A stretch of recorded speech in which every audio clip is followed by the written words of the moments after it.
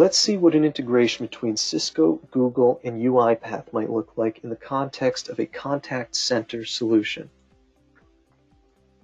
We're going to start over here in Webex Teams, where a simple chatbot will represent the front end to a contact center.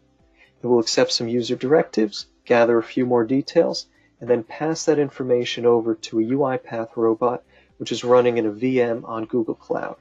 It will then interact with an ERP system and execute the desired process. So let's run through this real quick so you can see it in action, and then afterwards we'll slow it down and take a look at what's actually happening under the hood.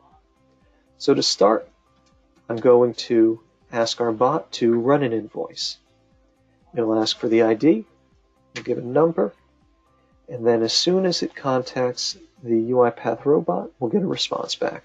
There we go, processing invoice.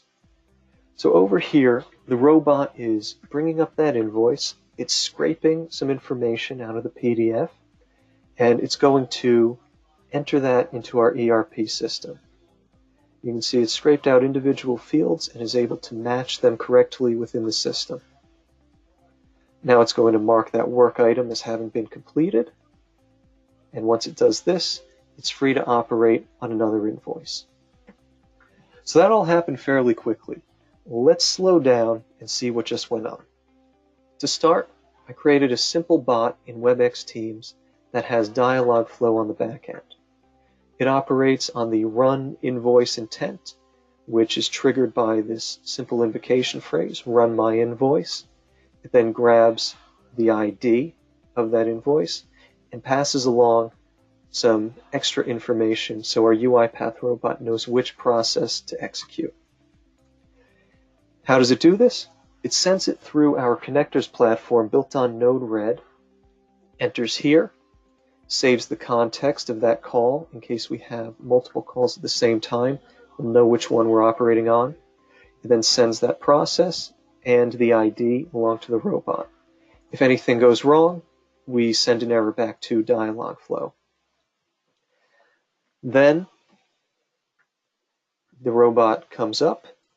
It's just operating here in a Windows VM in the cloud.